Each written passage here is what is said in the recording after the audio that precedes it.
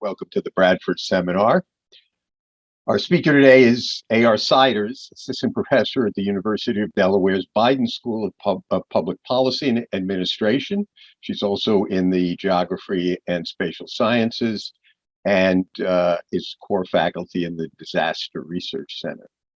Siders has the kind of academic background I just love to see, because it mixes disciplines in a way that undoubtedly allow her to grapple with the sort of complex emergent problems that climate change poses. Siders has an AB from Harvard College in Human Evolutionary Biology, a JD from Harvard Law School, and a PhD from Stanford in Environment and Resources. Siders has been an Environment Fellow at the Harvard Center for the Environment, Associate Director and Postdoctoral Fellow at Columbia, Columbia's Columbia Law School Center for Climate Change Law, where I know she collaborated with an old friend of mine, Mike Girard, and has been a Presidential Management Fellow in the Office of the Chief of Naval Operations. Leveraging that incredible background, Siders has broken new ground in a key area of climate adaptation, retreat or relocation, if you prefer. I prefer retreat, frankly. Her insights are helping give structure to our understanding of how people respond to coastal risk, what works and what doesn't in the way of policy, especially with a focus on buyouts, which promise to become a growing and increasingly controversial, but I'm afraid necessary feature of the U.S. response to coastal risk as climate changes and sea level rises. The title of her talk is Injustice in Managed Retreat as Climate Adaptation. Please join me in welcoming A.R. Siders. Thank you for that introduction, and thank you for having me here today. Always excited to talk to people about managed retreat, because it is one of those areas people don't often want to talk about. So excited for that. You can see my takeaways here on this first slide. This is the spoiler alert. So today, what I hope you take away from this talk is that adaptation in general will require value-based choices about what to preserve and what to change. It's not all going to be about preservation. Considering managed retreat is a really important part of climate adaptation because it increases the options available and it clarifies what we're prioritizing and how we're making those value-based choices. And then equitable retreat is really difficult to achieve. It's difficult to define, it's difficult to implement. And I'll talk about some of the nuances of why that is. And just as a brief overview, my research is on climate adaptation and particularly on managed retreat. In general, I think about how context leads to decision-making and processes and how those lead to outcomes and how we sort of evaluate the interactions between these three areas. And in particular, today, I'm going to talk a little bit about how we think about our priorities and the context, how we think about what values are informing our adaptation decision-making, the choice of strategies when we're making those decisions, how equity plays a role in those aspects. For those of you who don't spend your whole lives thinking about climate change adaptation, just a little background on where retreat fits into this landscape. Generally, when we talk about climate adaptation, particularly in coastal or flood zones, which is where I prioritize most of my research, we talk about four categories of climate adaptation. So one is resistance. This is preventing the water from getting to you. It could be a barrier like this. This is the Thames Barrier in London, or it could be dunes or beach nourishment or anything that prevents the water from reaching the things we care about. The next would be accommodation, and the classic example here is elevating homes. The water can come, the water can go, but it does less damage. Not no damage, but less damage. And of course, there's retreat, which is move things away from the hazards. So move them to areas that are less exposed than they were originally. And this is one of the most controversial strategies, but the one I'll be spending time talking about today. And it's very deeply related with the strategy of avoidance, which is don't build there in the first place. And that sounds really obvious. We'll talk about some of the reasons why it's not obvious, or at least why it's really difficult to achieve. In particular, I used retreat on this slide, and I particularly want to talk about managed retreat. So as opposed to unmanaged retreat, managed retreat is the purposeful, planned, government, usually supported movement of people or assets away from hazards. And like Michael, I use the word retreat because I think it's the most precise in this field, but I recognize for a variety of PR reasons, we might want to use other language in other contexts. I am a lawyer, so I'm happy to talk about the semantics and the importance of terminology if we want to get into that in the Q&A or afterwards. But for this presentation, I'll be talking about retreat and managed retreat. So why should we talk about it? It's incredibly controversial, and if you listen to the news, you might think that no one wants to retreat ever, and so why should we even consider it? Well, the reality is that a lot of people do want to retreat, and that we need managed retreat in order to give them options. So we can see this actually in news headlines. These are some of the headlines that came out after Hurricane Harvey. Homeowners whose homes have been demolished or damaged, or their families have experienced loss, and they want out. Some of these stories really break my heart when we talk about kids who have PTSD. They cry when it rains because they're so scared that they're going to experience another major hurricane. Families who want to sell their homes but can't afford to because they would have to sell at a loss because their homes are no longer worth what they were when they purchased them. Or homeowners who don't want to sell to new families and put new families at risk. I really like this quote from coverage of Socastee, South Carolina. The town recently successfully petitioned for a buyout. So a lot of community members got together because they wanted managed retreat and successfully petitioned for this. They said the owner won't sell for just another family to deal with these flood problems. So the only way out is a buyout. So we have to have managed retreat partly because we want to support people like this who want out and who need a way out that doesn't put new families at risk. Also, that the converse of managed retreat, the opposite of having managed retreat, isn't that everyone stays and everything is fine, right? The opposite of managed retreat is often that people leave and we have more problems. So we can see this abandoned house. It is after Hurricane Katrina in New Orleans. About a decade after Hurricane Katrina, actually, there were 40,000 abandoned homes across New Orleans. So homes like this. When these homes are abandoned, this is a problem for the homeowner who has probably walked away from the largest financial asset in their lives. So we have to wonder how they're doing financially. It's a problem for the neighbors who have to deal with a derelict house sitting next to them and the effect that has on their community and on their property values. And it's a problem for the community and the local government.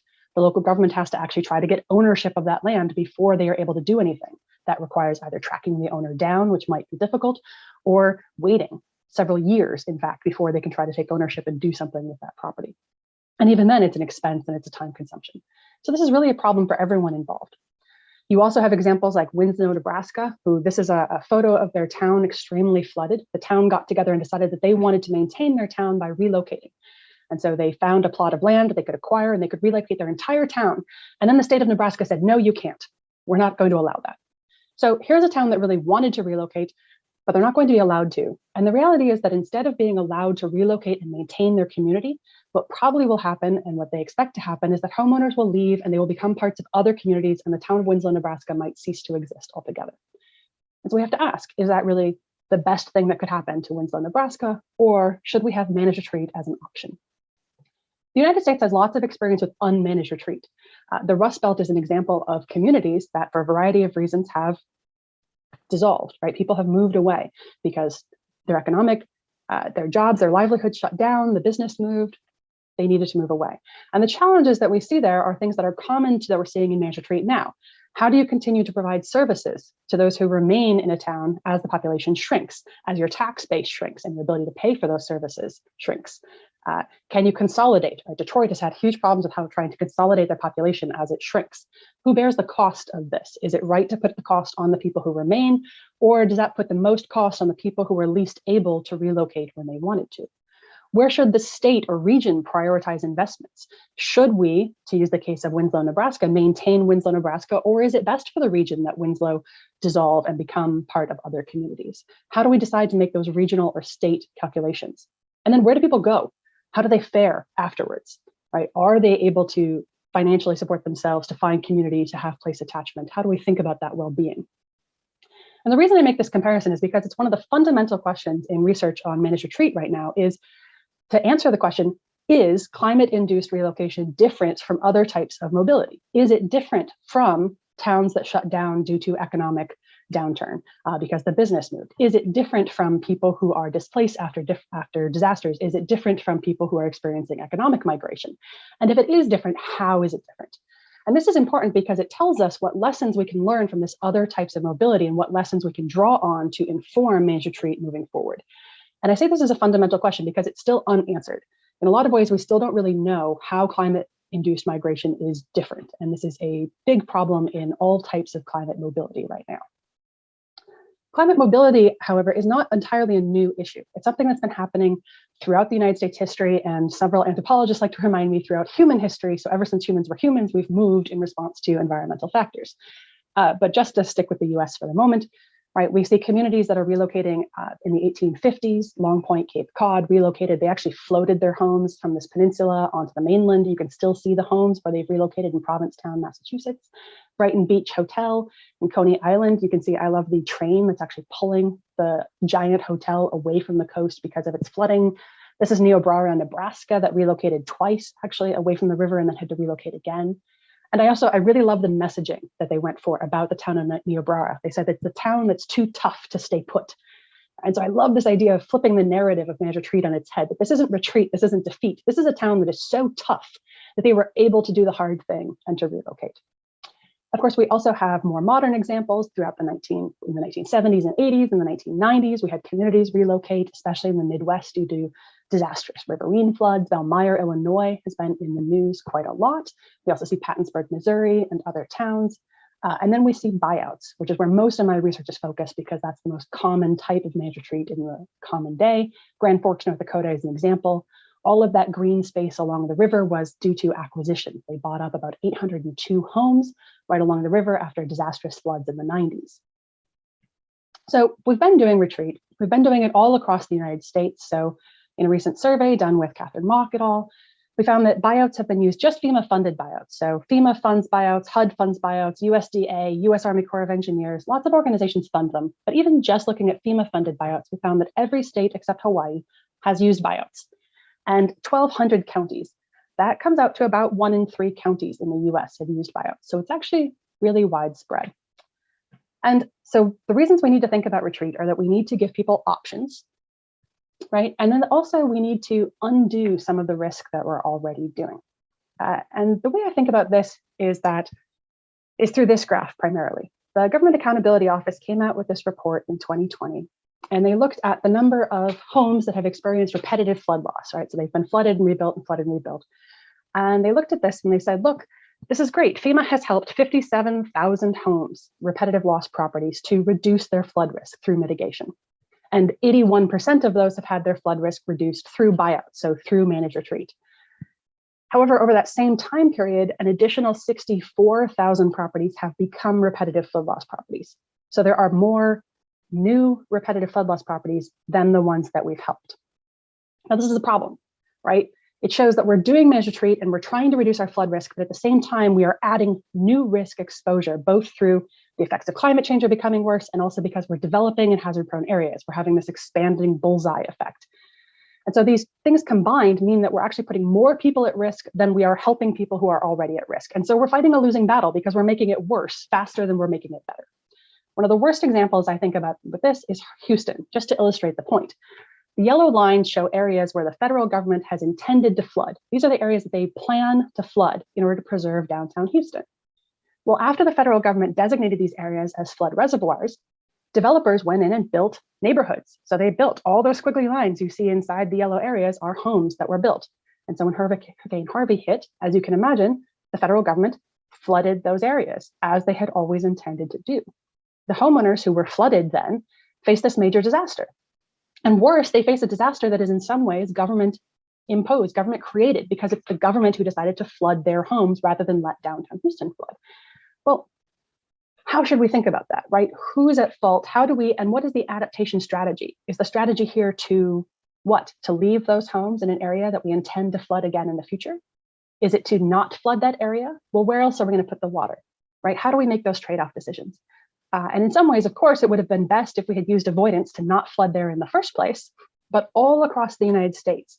A study by Climate Central and Zillow shows that the United States is building faster inside the floodplains than we're building outside of them. In Delaware, we're building 2.5 times faster in the 10-year floodplain than we are outside of it.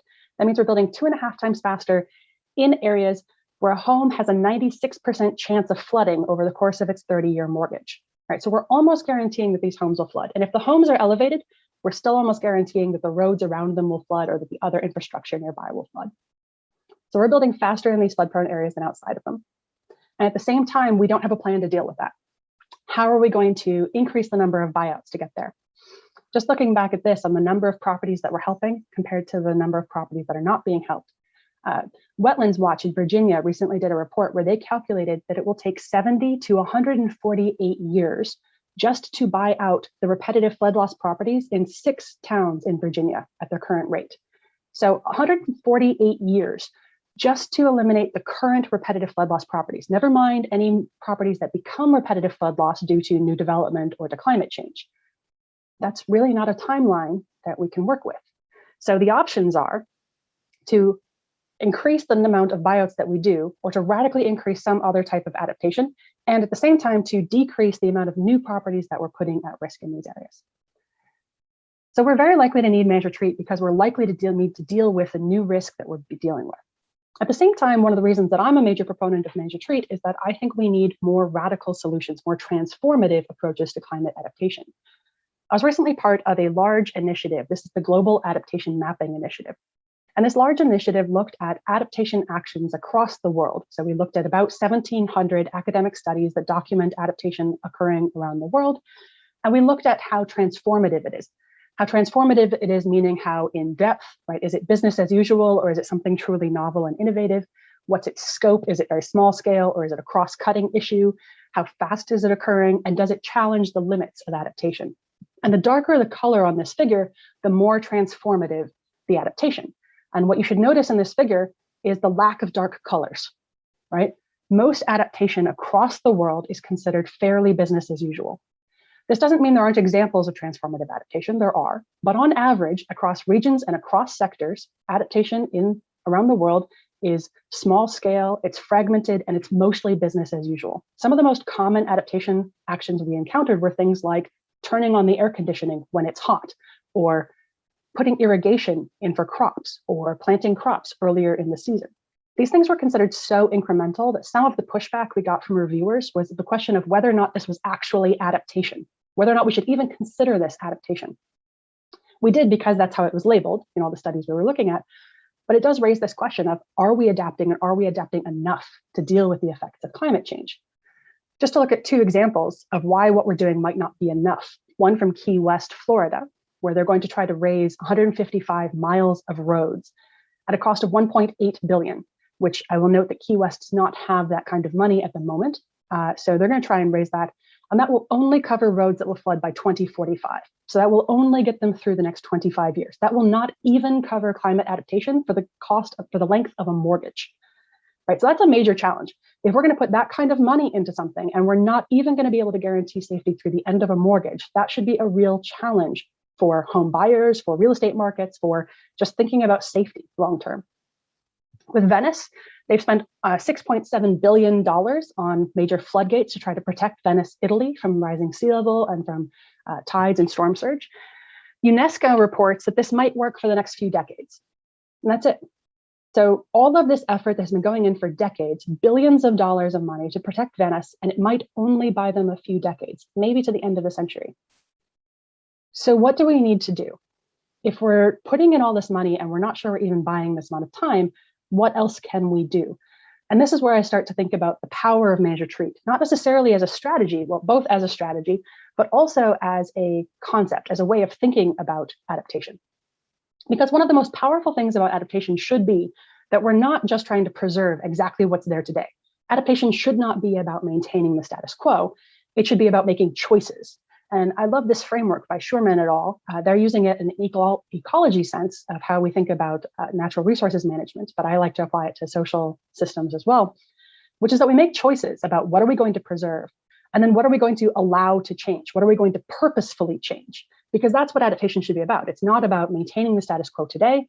That is both probably undesirable and also infeasible.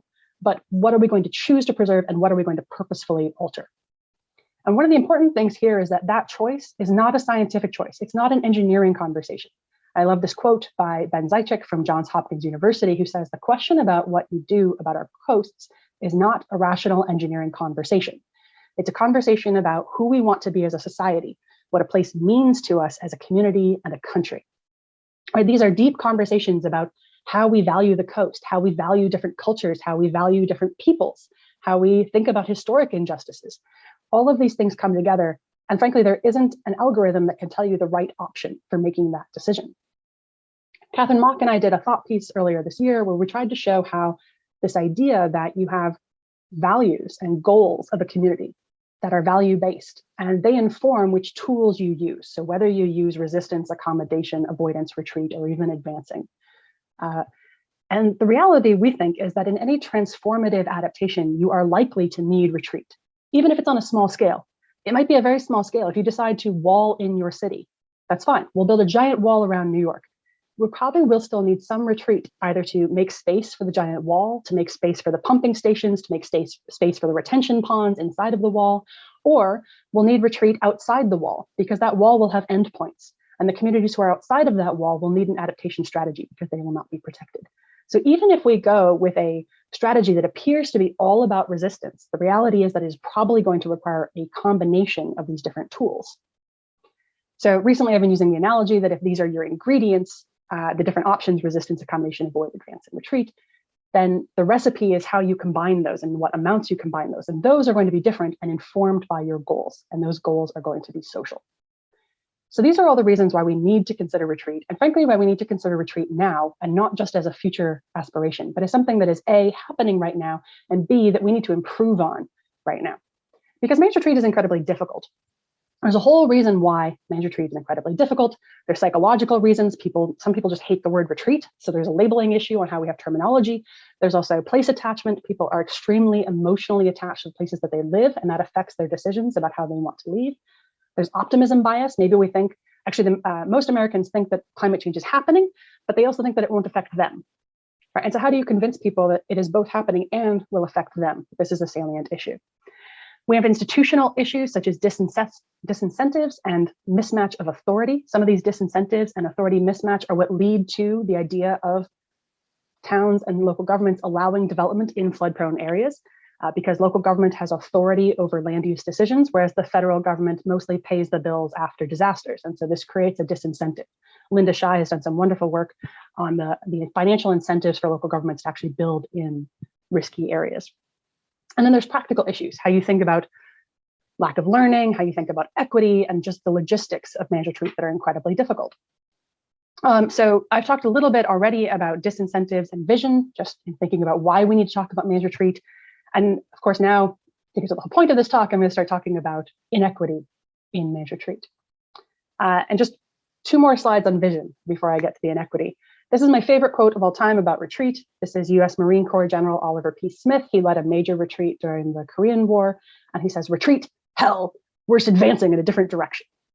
And I love this quote because it's so hoorah, it's so Marine.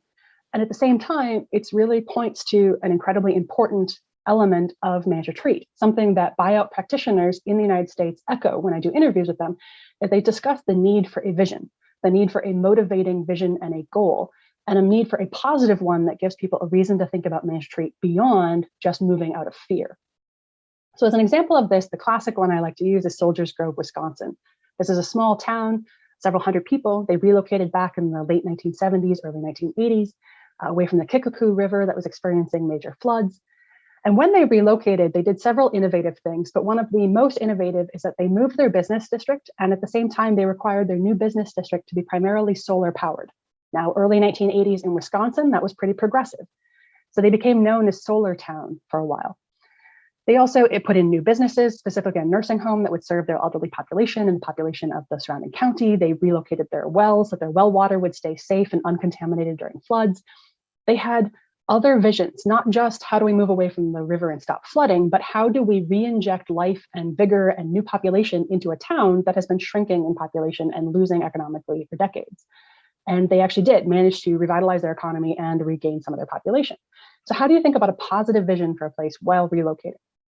There's a lot of creativity in this area. When you start looking at places that are actually relocating due to climate change, you can see massive amounts of creativity. Portsmouth, North Carolina has this wonderful homecoming party. The town ceased to exist in the 1970s when the last residents relocated off the barrier island due to flooding and storms. But they still have this biannual meeting where people get together and they preserve their community and they remember why they did live there, why they loved this place, and why they no longer live there, why they're doing something different with this. Houston, Texas, the TNC pocket prairies. They're doing buyouts and turning land in Houston into these pocket prairies for habitat for an endangered bird species. So they're actually helping address their flood problem by providing green space that can absorb more floodwater, but also providing habitat for this bird species so that they get multiple benefits out of the same action. They also get green space, which provides mental and physical health benefits, and also air quality and heat island reduction benefits. We see some creative things happening as well in like the flood memorials. So the bottom middle picture is a picture of the Watersnoe Museum from the Netherlands. The rippling white lights on the sand are actually the names of people who died in their major 1950s flood. And they have this museum built inside a giant concrete brick that was actually dropped into the breach in the levee to solve the breach. And that's where they built their museum, is into this, in order to educate a new generation of people about why flood management is so important. There's a lot of creative things happening in this space that are options if we embrace Major Treat as a possibility. Major Treat, most importantly, is a category of adaptation options. So I'm going to talk about buyouts, but I really want people to remember that Major Treat is not just buyouts. We often conflate the two in the United States and talk about them as though they're the same thing, but they're not. This is just one typology that we put together thinking about the amount of resources that you invest. Could be anywhere from legal tools that sort of nudge people away from risk-prone areas to funding them, so just paying for the property like a buyout, to assisted relocation, where you provide people with more assistance as they relocate, or truly community-coordinated relocations, where these whole towns relocate, such as Soldiers Grove or Valmeyer or Pattonsburg. So there's a whole category of Major Treat options that could be executed. In the United States, the most prominent example of Major Treat is the buyout, is the voluntary property acquisition. This is a very general typology of a buyout. You have a disaster. After the disaster, homes are damaged. The local government applies for funds, usually from the federal government, sometimes from the state government, or both. But they apply for funding to help deal with the disaster. If they acquire the money, then they make offers to homeowners. Homeowners then decide whether or not they want to accept the buyout. If they accept, they move. The home is then demolished. Sometimes it's relocated, but usually it's demolished. And then the land is maintained as open space, public space. There's lots of variations on every single one of those stages, but this is sort of the overall typology of what a buyout looks like. And to get to the equity issue, there are equity implications at every single stage of this buyout process. So at the disasters, there are equity implications of who is most affected and whose homes are most damaged. In the United States, being a racial minority is one of the best predictors of experiencing flood damage in the US. So there's a huge social justice and inequity built into who is most affected in these disasters, whose homes are demolished, and therefore who might want a buyout in the first place. There's an equity implication in terms of which local governments even get funding or even apply for funding. This is an area I've been looking into recently. Which governments have the capacity to apply for federal funding? Jumping through federal bureaucratic hoops is not an easy matter. And so some local governments are able to do this and others are not. They lack the staff, they lack the financing, and they're unable to do this. Recently, I've become very interested in the idea of people who live in unincorporated areas. Are they even represented? How do they get their ideas and their wishes represented at these levels? With the local governments, once they get the funding, where do they offer the buyouts? Who do they give offers to? This is a huge issue. I'm going to dig into this one in a bit more in a minute, so I won't dig into it now. And then there are issues in terms of how homeowners decide whether or not to accept the buyout. There are gender differences here. There are income differences here. There might be racial differences here. The evidence is a bit back and forth on that one. But there are certainly implications about affordable housing, right? Is the housing stock replaced? What housing is available? There are implications about where people go, their livelihoods, their cultural connections to the land. So there's a lot of equity implications in who is able to accept a buyout and who feels that they need to accept a buyout and what level of voluntariness they feel is involved in that process. All of these buyouts are supposed to be technically voluntary, but very often people feel that they are coerced into them. And so how do you separate out where the line is between voluntariness and coercion when we're thinking about these voluntary buyouts? And then there are issues in how the land is used. Who benefits from the open space? We know that green and open spaces are far more common in wealthy areas. We know that land use can be affected by the prosperity of the neighboring communities. There's some great work by Elise Devar that looks at how land acquired by a buyout is used afterwards and finds that in wealthy white neighborhoods, the local population has the resources to turn that acquired land into something that benefits the community, like a community garden or a park. Whereas in lower income communities, which often happen to be communities of color, land is not used for the benefit of the community. It's just left as a derelict lot. And so the effective local government resources to use that land can also really affect the equity implications of acquiring the land in the first place. All of this long, short takeaway is there are equity implications at every single stage of the buyout, so there are no shortage of equity issues to dig into. Most of my research focuses on this area, on governments who get funding and where the government offers the buyouts. In one study with Catherine Mock and others, we looked at this. We looked at all the FEMA-funded buyouts across the United States, and we tried to look at who is getting money for buyouts at the county level, and then where is the county offering buyouts, or where are buyouts accepted within the county.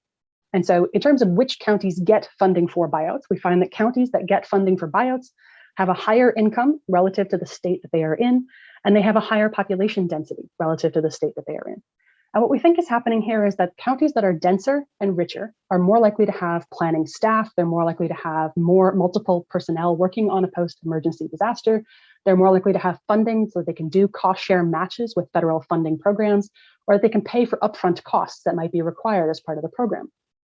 They might also be more able to accept a loss of property tax revenue that would accompany a buyout program that would acquire and demolish homes that would otherwise pay property tax revenue. So we think that's what's happening here. Recently, I've been doing interviews with buyout administrators, and the interviews seem to play this out, that we're seeing the administrators say, yes, that one of the major constraints they face when applying for these programs is their capacity as a local administrator in terms of getting that funding.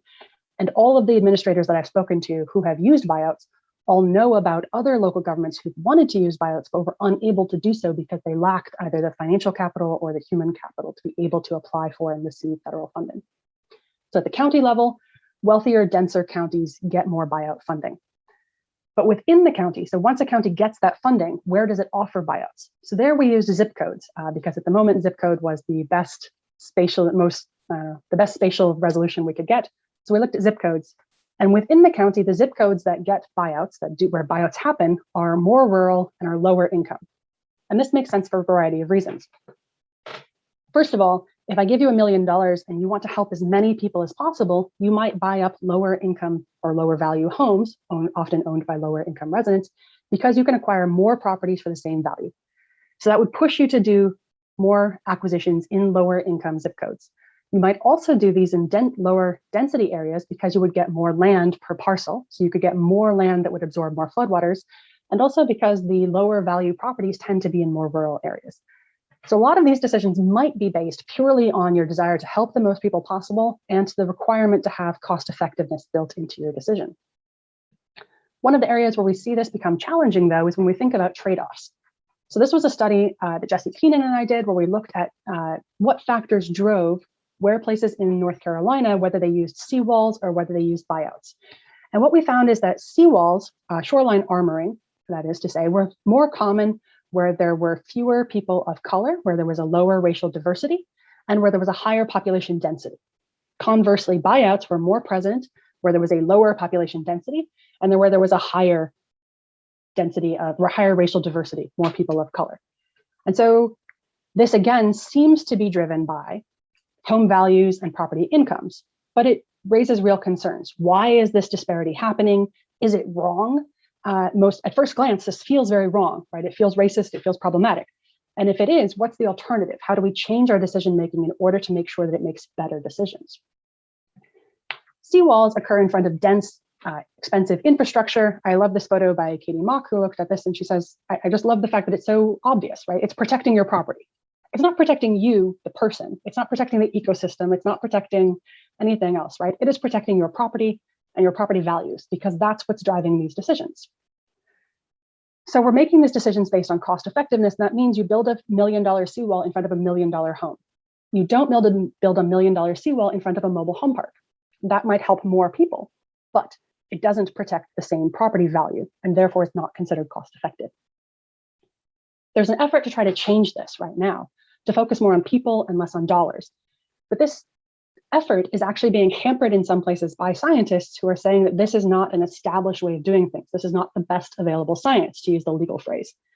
And so if the best available science is really the established science, then it can be very difficult to change scientific calculations that actually have value-based judgments baked into them, but that we are not making transparent. In terms of how we do better, one of the big challenges I have faced during practitioner interviews is really this fascinating divide Some of the practitioners I talk to say we should absolutely prioritize buyouts in low-income neighborhoods and communities of color. They say it is a good thing if buyouts are occurring more in lower density neighborhoods that are lower income and that have more people of color.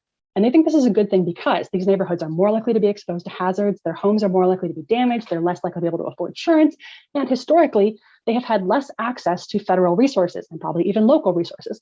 And so they should have first access. They should be offered buyouts as a priority because they have not been offered these resources in the past. So on the one hand, there are a group of practitioners who think that absolutely buyouts should be offered in these areas. And they see all the evidence of buyouts occurring in lower income areas and in communities of color as good evidence. That is a good result. That is the desired outcome. And then you have practitioners who say, no, we should avoid buyouts in low income neighborhoods and communities of color. Absolutely not. We should not be offering buyouts there because these people are less likely to be able to find comparable housing if they leave. Right? If you buy out low income affordable housing, is there more affordable housing where they can move? Most places in America are facing a gigantic affordable housing crisis. So where are they going to go? It's a huge challenge. If they relocate, will it destroy their social structures or their access to livelihood and support systems? That can be a huge problem. They're at risk primarily because there has been a historical failure to invest in flood mitigation.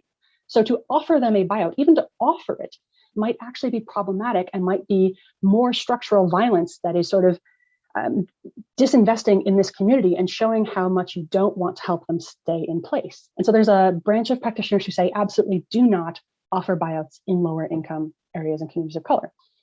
And it seems to come down to this fundamental divide between whether or not you see buyouts as a resource that should be offered as a priority to communities who need that resource, or whether you see buyout as a potential harm. Even the offering of the buyout could be a potential harm. And if you see it as a harm, where do you offer it? And the reality, as some great work by McNamara and Robin Bronin have done, is looking at, well, actually, it's probably both, right? Buyouts are probably both a harm and a benefit. And so what do you do? From an environmental justice standpoint, how do you enact justice when you say, hey, this is both a harm and a benefit?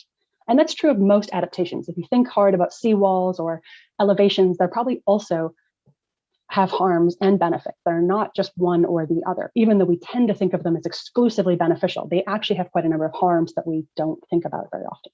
So what do you do with this? And the seemingly deceptive answer is that the community should decide, right? And so if the community should decide, then this actually just raises a whole host of other questions, such as who is the community? How do you define the community? Who defines the community? Liz Koslov did some great work on the buyouts in Staten Island, looking at who you start with as your first focal point in a community actually could change the way you think about who is in the community, right? If I define the community for my university, it's going to be a very different community than if you talk to someone in computer science, right? So your first person you ask about how to define the community is going to change things.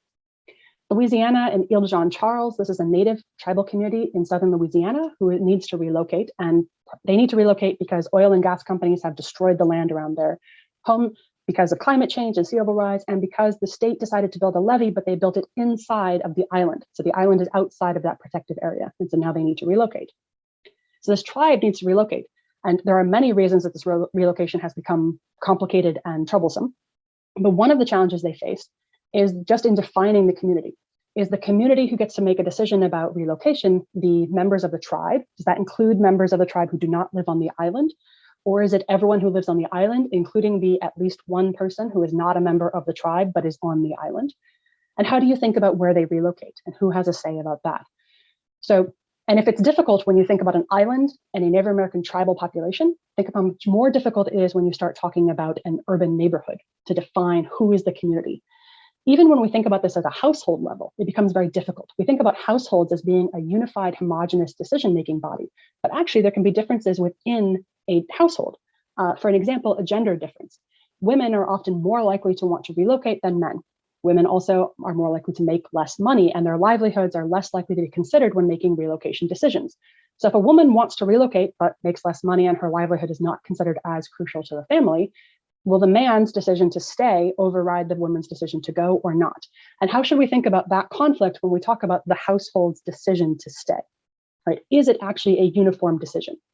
In the community, it's very rarely a uniform decision to stay or to go. And even the act of talking about relocation can be in sometimes harmful. So this is one of my favorite examples from Ellicott City, Maryland, where they started talking about buyouts.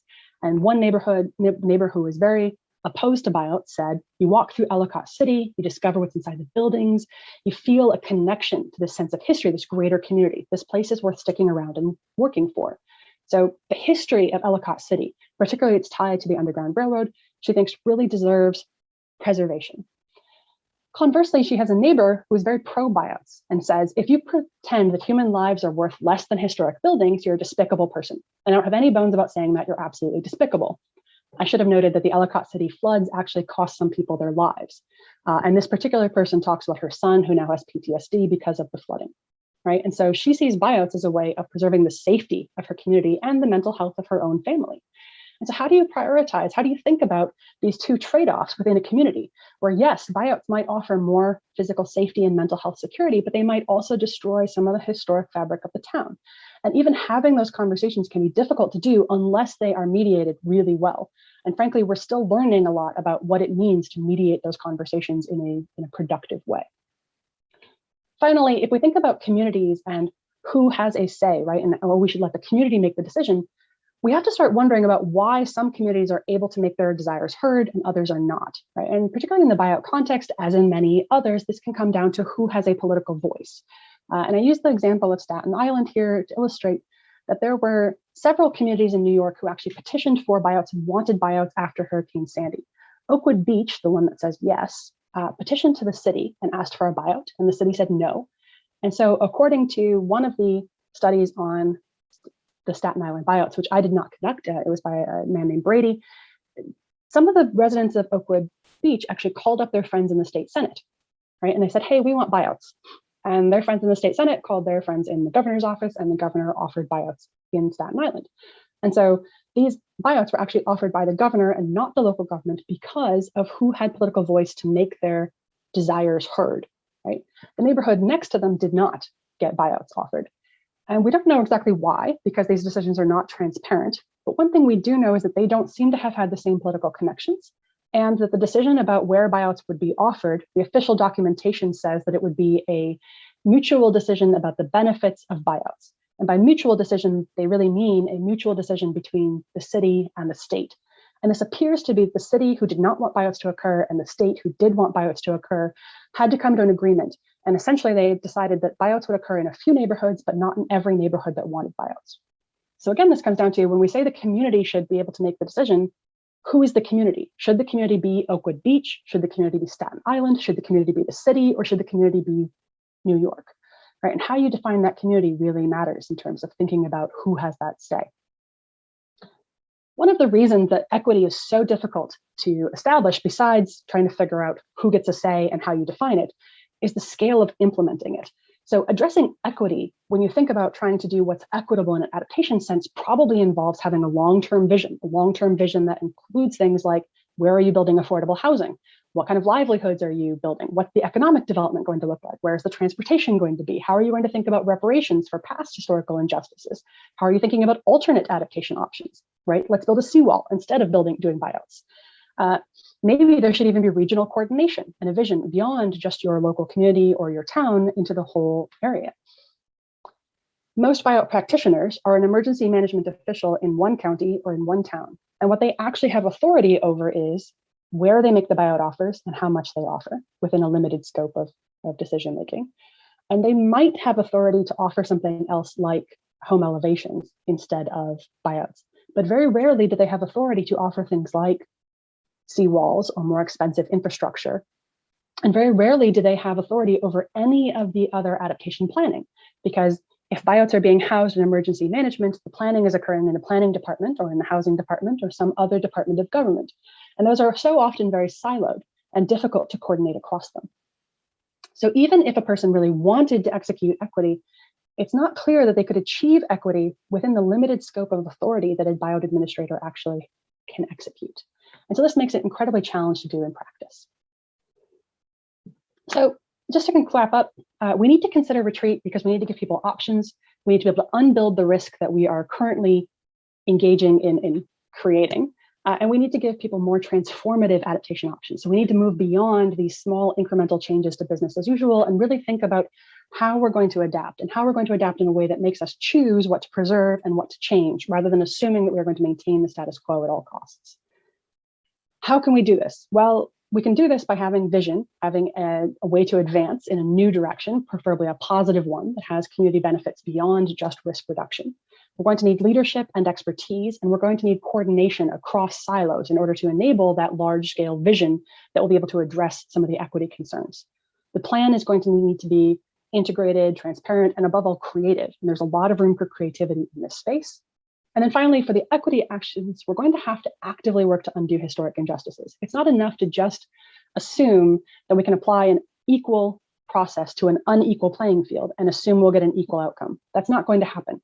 We have an unequal playing field to start, and so our policy can't be an equal one. It has to be actively working to address that unequal playing field that we're starting with right now. So just a recap of this is where some of my research is heading, and I just want to mention a few of the projects I'm really excited about working on in this space moving forward. Some of the major issues I see are investigating these ideas of fairness and equity and how we define equity and why different buyout administrators think about it differently. I think that buyout administrators have different ideas of what's fair because they're working in different contexts. But in future work, I really want to tie the context to the decision-making process they're using and how they're defining equity, and then try to tie that to the outcomes. Because right now we have very little evidence on the outcomes of buyouts for people, and particularly in the long-term outcomes or in comparative outcomes. Do people who experience buyouts have better or worse outcomes than people who didn't take buyouts? Do they have better or worse outcomes than people who just abandoned their homes and left? Do they have better or worse outcomes than people who were displaced after disasters or climate migrants or other forms of climate mobility? And those comparisons are going to be really important for creating an evidence base moving forward to inform policy.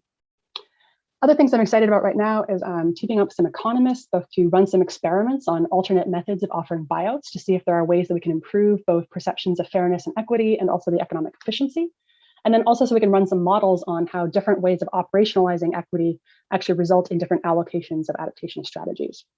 And then I have a new project coming out with Miyuki Hino and Catherine Mock, where we're looking at avoidance and looking at how we can look at towns and try to find success stories of places that have avoided building in the floodplains while growing their population and building. So we can try to find some success stories and see whether or how those towns used retreat and avoidance together. And finally, just leaving you with this slide because I really like the images, and I hope that a slide like this inspires you to think about adaptation as a more integrated approach of different adaptation strategies rather than a one versus the other. So thanks. Thank you. You raised more questions than you answered, of course, but each of them is intriguing, and it's going to take a lot of years to answer them, so you have a lot of work to do. We have a number of questions. I don't know if we have the time to get through all of them, but I'd like if the people who posted them have a little discipline and can narrow them down to one quick sentence, it'll make this a lot easier. We maybe can get to all of them. So the first one was Elke Weber, who had two questions. Elke, if you're there, could you turn on your microphone and speak for yourself? Yeah, thanks, Michael, and thanks, AR, for like a really interesting talk. So I typed my questions early on, and I think the first one you sort of answered. One of them was, what does it mean for a state like Nebraska, for example, to allow or not allow managed retreat? And it seems like the question is mostly an economic, the answer was an economic one, like making resources available. And then related to that, you know, sort of, do we have the economic resources basically to scale up managed retreats? So everybody who wanted it, could they get it? Yeah, no, those are great questions. So just quickly, Nebraska is a Dillon rule state. So legally, we divide states into Dillon rule and home rule. So in Dillon rule states, the state maintains all authority unless they explicitly give the authority to do something to the local governments. In home rule states, local governments have all of the authority unless the state explicitly takes it back. So in Nebraska, because the state never explicitly gave towns the right to relocate, they are not allowed to do so. So this is a major challenge for other states that are Dillon rule states and are thinking about what the local governments can and cannot do and whether or not they have authority to do so. So there's an economic component, but there's also a straight up legal component here about authority and who has it. In terms of the economics, you know, the challenge of managed retreat is really how we finance managed retreat is really the challenge of how do we finance any adaptation strategy, right? One estimate says that there's $1.7 trillion worth of infrastructure in the US within 700 feet of the coast. So $1.7 trillion is a lot of money to spend. On the other hand, when we start looking at trillion-dollar infrastructure budgets, right, that's not such a gigantic number. And if you start thinking about 1.7 trillion over the next 80 years, because we're looking at risk by 2100, right, that's actually not such an unmanageable project to say that maybe we would spend $1.7 trillion over the next 80 years to just relocate infrastructure. One of the major challenges with one of the major benefits of Major Treat is that it has a high upfront cost, but it doesn't have long-term maintenance or repeat investment costs, right? So unlike beach nourishment, where you have to continue to re-nourish the beach every few years, or unlike seawalls that you have to maintain and then eventually elevate at some time, once the property is relocated, it is not there, and so it doesn't require additional maintenance. So potentially there are economic savings there, but that kind of analysis I haven't seen done at a really great level. Is that both your questions, Elke? I guess it is. Let me just interject there that actually turning your own argument on yourself about not knowing about outcomes, it could be that there are substantial costs to retreat if it's not done in a way which puts people in a better rather than a worse situation. So and that's very hard to account for. Then there was a quick question about where was that memorial on flood awareness? Yeah, the one that I showed a picture of is the Watersnood Museum in the Netherlands. Elise Zevar also has a great paper if you're interested in flood memorials, looking at flood memorials in the United States. They're rare, but we do have a few.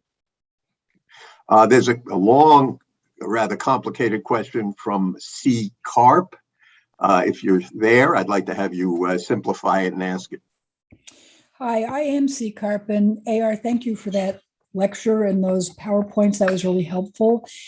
My questions start from the proposition that individuals who live in high hazard areas are quite different from communities like Manhattan that are a priori these days. They're located on filled wetlands and so on. And I guess I would pose that individuals who live in high hazard areas are essentially free riders on public investments in utilities, seawalls, beach nourishment, water supply, and all of that. And so I would like you to talk for a minute about alternatives to buyouts for those kinds of free riders, because my notion is the more we get banks and insurance companies to incentivize those people to retreat from the shore, we're better off. And here's an explicit question. Should buyouts perhaps be focused at individuals who occupy the safer part of high hazard areas and leave banks and insurance companies to drive retreat from the people who have chosen to remain in high hazard areas? Thank you for this question. This is a really interesting one. And some of the research I'm also doing right now is on the role of forced buyouts, right? Should we use eminent domain? Canada's using forced mandatory buyouts. Should we, move to a model like that? I think one of the biggest issues is that the coast is not homogenous, right? Some of the coast is extremely wealthy people who are choosing to live there, and they are imposing high costs on the rest of the community by being there.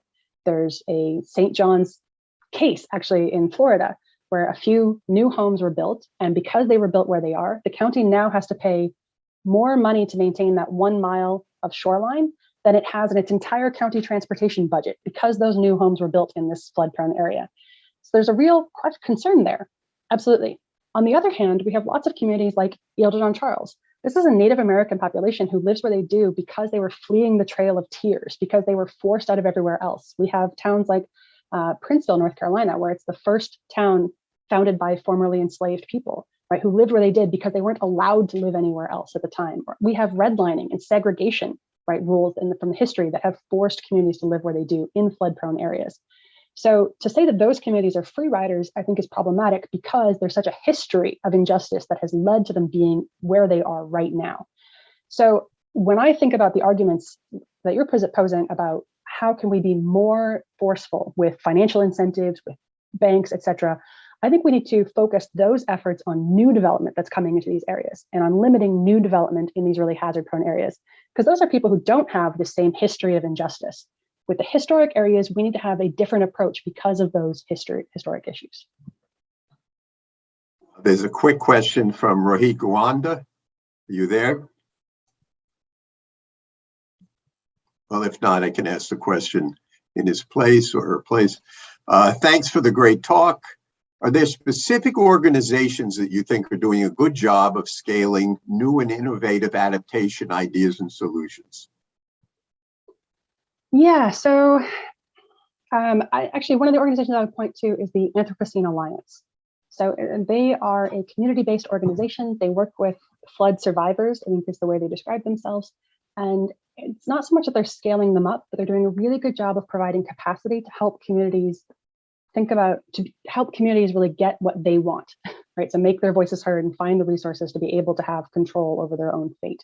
And I think that kind of organization is going to become increasingly important moving forward. Okay. C-Carp had a turn already. Tom Harrington. Oh, he may have signed up. Oh, go ahead. Okay, thanks. Thank you for the great presentation. And my question is related to the receiving communities. Recently, we've had some discussions with planners about how to absorb an influx of people and build equity in their communities when the communities themselves may be a little resistant to new arrivals. So what role do those communities have in the adaptation management and planning?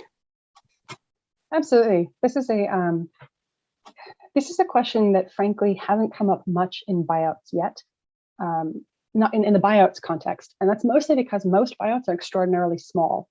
You're talking about 11 homes being bought up at a time, right? And so that's not overwhelming a place. That's probably not even noticed in the community where they relocate. But we do see this coming up a lot in the context of disaster displacement, in climate migration, and even in climate havens, right? This conversation about destination cities for relocation. So there's a huge discussion there. And the question about that is a really difficult one because it's basically asking, how do you deal with racism and classism, right? And frankly, I don't have any good answers for that, but that's an area where we're going to need a ton of more research to deal with. And I think that there's a lot of lessons to be learned there from the field of migration studies, because this is a field that has been thinking about how to integrate people into a new community and deal with xenophobia and racism for decades, right? And so I think we really need to learn from, and this goes back to that question I posed of how is managed retreat different from other types of migration and what lessons can we learn from them? I think this is an area where we clearly can draw on parallels from them. So I don't have any clear answers for you, but I think there's a field that I hope might have some additional answers. I'm going to take the liberty of combining two questions which appear to be related to me. One is from, I lost my place there. One is from MMM. After a compliment, MM says, you mentioned that an important solution would require a vision and coordination across silos. Though I wonder if we require a diversity of approaches as opposed to a single unified vision and greater political salience for different communities rather than a top-down governance approach. And then later, there's another question from Linda. Since business as usual doesn't work, we're still developing in flood zones, and inequity remains the rule of the day. Perhaps the term adaptation should be redefined. What do more radical adaptation ideas look like? And I think we're gonna end on that. So go ahead and take your time. Thanks. So yeah, on the silos, I don't want to argue for a top-down approach, and I don't think that we shouldn't have one US strategy for adaptation, right? That doesn't work. But even within a community or within a neighborhood, I think there does need to be some coordination of visions at least. And particularly what I mean by this is if you do a buyout and you remove 800 homes from a town, that should be paired with a conversation that says, where is that housing going to be built? Where are those people going to go? Do you have any replacement housing? At the moment, those two conversations are not being held at the same time or in coordination or have any relationship to each other whatsoever. We have like one or two examples, and frankly, the examples I have didn't work.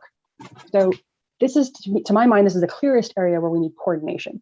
And so it's not about having a top-down governance approach that says, this is what you're going to do. It's about saying, if we're going to do this, what other strategies do we need to have? Or if we're going to build in the floodplain, how are we going to deal with that fact in 30 years when all those homes are flooded? How are we going to deal with that fact when all the roads are flooded? How are we going to handle that? Because right now, those kind of long-term conversations are not occurring. So I think you're right that we need a diversity of approaches. I don't think we necessarily need a top-down imposed one. I'd love to see ideas bubble up from the community, right? Have those grassroots opinions. One of the challenges, as I said, of getting those grassroots opinions is going to be making sure that we don't just hear from the same people who always have the power to make their voices heard, but that we're actually hearing from the entire community. And that's going to be a challenge across the board with adaptation.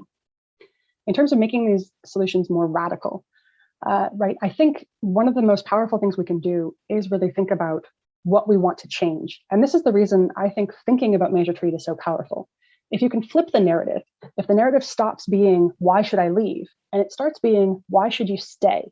Right? What is it that is so important about living exactly here, not a mile away, not on the other side of town, not in the next town over, but exactly here in this building? If you can explain that, you can identify your priorities much more clearly. Maybe you need to stay because this is the house your great-grandfather built. Great. Let's talk about why relocating that house might actually preserve the house better, right, than leaving it in a floodplain. Or if you need to be here because it's the only place that has a good commute and good childcare nearby, great.